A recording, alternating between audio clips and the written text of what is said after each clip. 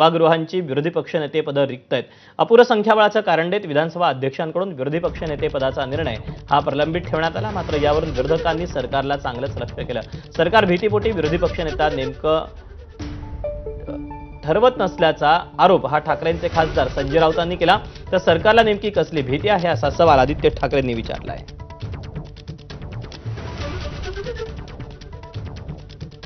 विधान परिषदेत आणि विधानसभेत विरोधी पक्षनेता दिला तर तो अनेक विषय घणाघातीपणे मांडेल, अनेक विषयांवरती चर्चा घडवून आणेल आणि सरकारची कोंडी करेल।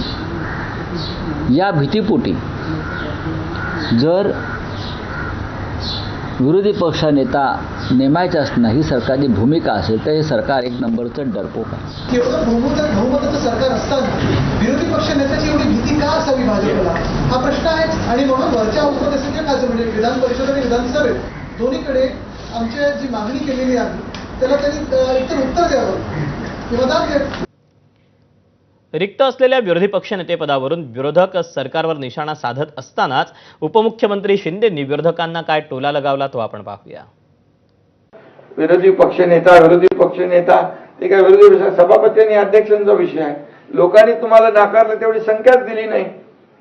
आणि म्हणून मी इथे एकच आठवण सांगतो, एक भुजबळ होते, एकच आमदार होते, परंतु सभागृहामध्ये त्यांचा दणदणीत आवाज होता।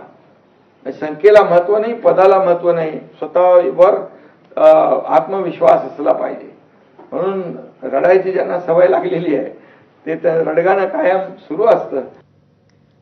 उपमुख्यमंत्री अजित पवार यांच्या अपघाती निधनावर दिवसेंदिवस अनेक शंका उपस्थित करण्यात येत आहेत। अशातच राज्याचं अर्थसंकल्पीय अधिवेशन देखील विरोधात अजित पवारांच्या विमान अपघातावरून सरकारला विरोधक हे घेरण्याच्या तयारीत आहेत। दरम्यान आज झालेल्या पत्रकार परिषदेत विरोधकांनी अजित पवारांच्या विमान अपघातावरून सरकारवर देखील जोरदार टीका केली।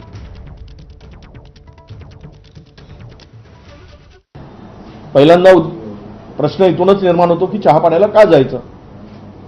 या राज्यातील विद्यमान उपमुख्यमंत्र्यांचा विमान अपघात होतो। शासनाकडून केवळ 2 ओळीचं एक लाईन अशी म्हटली जाते की यामध्ये कुठेही कोणीही अपघातावर प्रश्नचिन्ह निर्माण करू नये। का करू नये? हा घातपात आहे की अपघात आहे या संदर्भात महाराष्ट्रभर देशभर चर्चा सुरू आहे आणि सरकारची भूमिका संदिग्ध आहे हे आता संपूर्ण महाराष्ट्र बघतोय।